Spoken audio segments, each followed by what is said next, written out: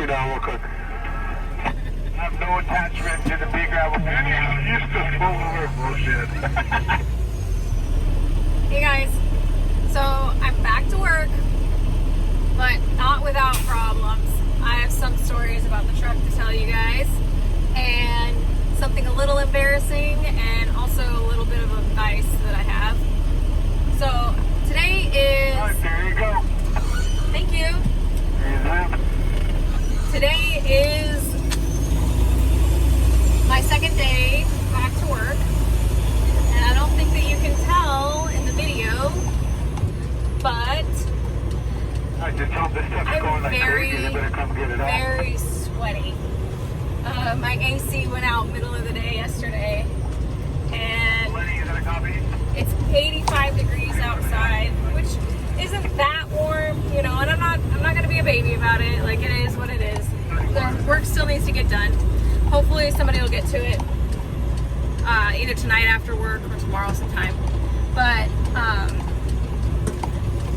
any of you guys that do drive truck, you know that when your AC goes out, it gets really hot. It's not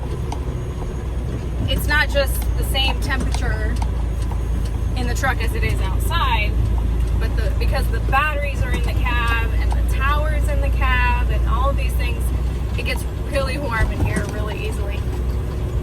But it's all good. I'll tough it out. So, and of course, my CD mic is doing what it always does.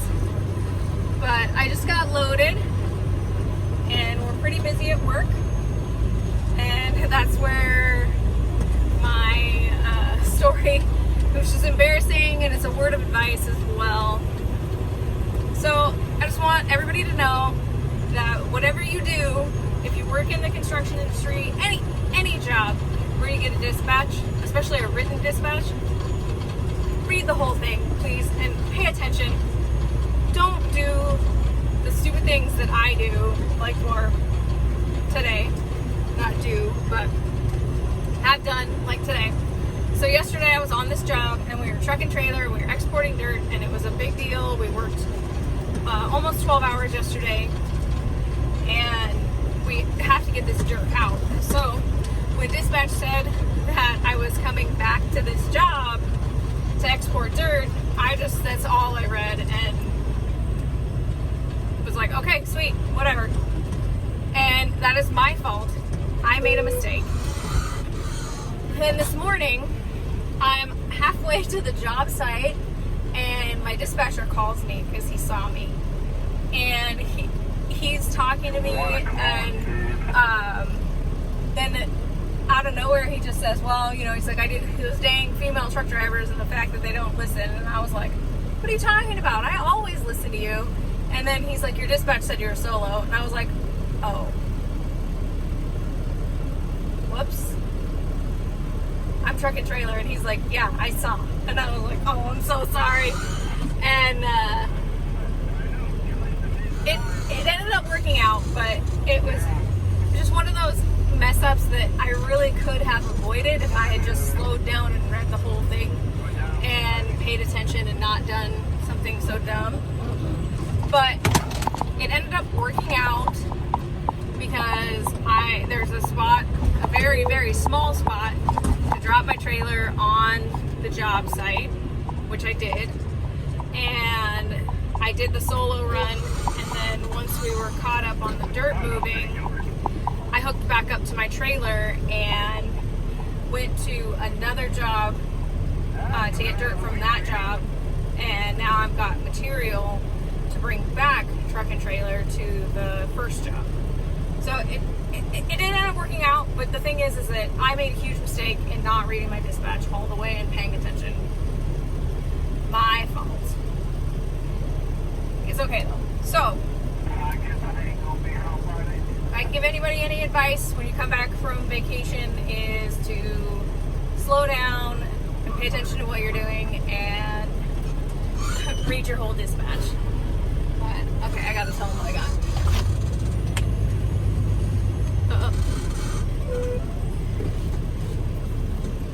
He's out of the scale house. Doesn't help me. Richard, I have that pea gravel for 1911.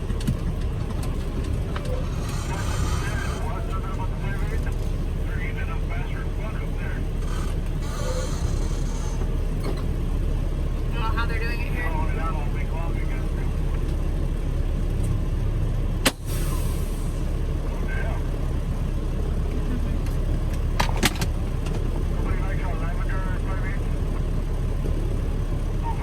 Commercial. Alright, so I've got my tickets. Pull the windows back up while I talk to you guys because it is really loud outside of the truck. But now we're pulling off the scale and we're going to get rolling here. That clip at the beginning of the video, yesterday during my 12-hour run, I ran out of fuel. Not ran out like the truck didn't run anymore, but got so low that it did sputter for a second, but luckily I was already on my way to the fuel station. And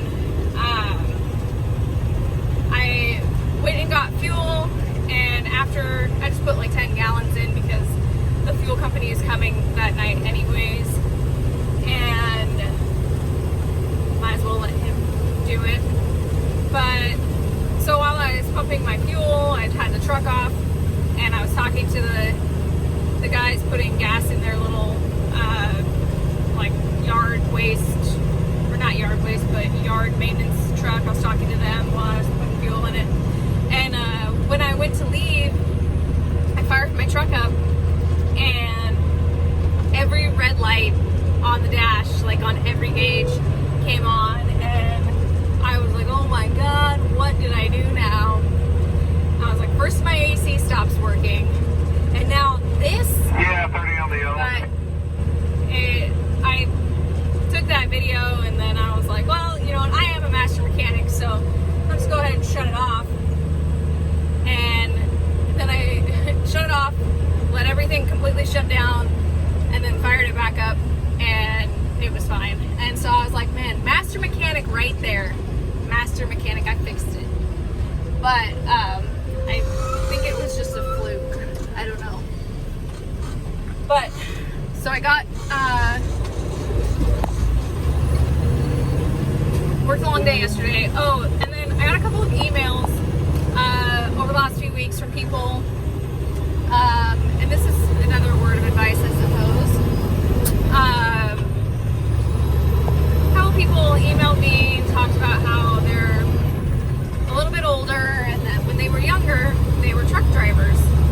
And over the years, they'd gotten out of truck driving, and rather than pay the extra fee to renew your license, they just let the CDL fall off their license. So when you renew your license, you have to pay an extra fee to the state to keep your CDL on there. I think in Washington it's like $75 every 5 years.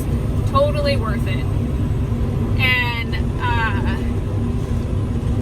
couple of guys told me that they let their CDLs fall off, and asked me if I knew anything about getting it back. And from what I understand is that even if you've had your CDL before and you don't have it now on your license, the only way to get it back is to basically get recertified. You either have to go back to school and do it again, or you have to get with a company that helps you get your CDL. Basically, it's starting from scratch.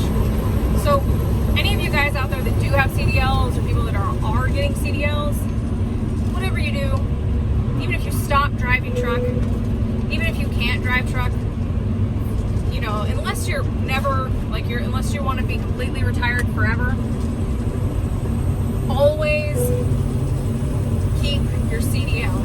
Don't let it fall off of your license.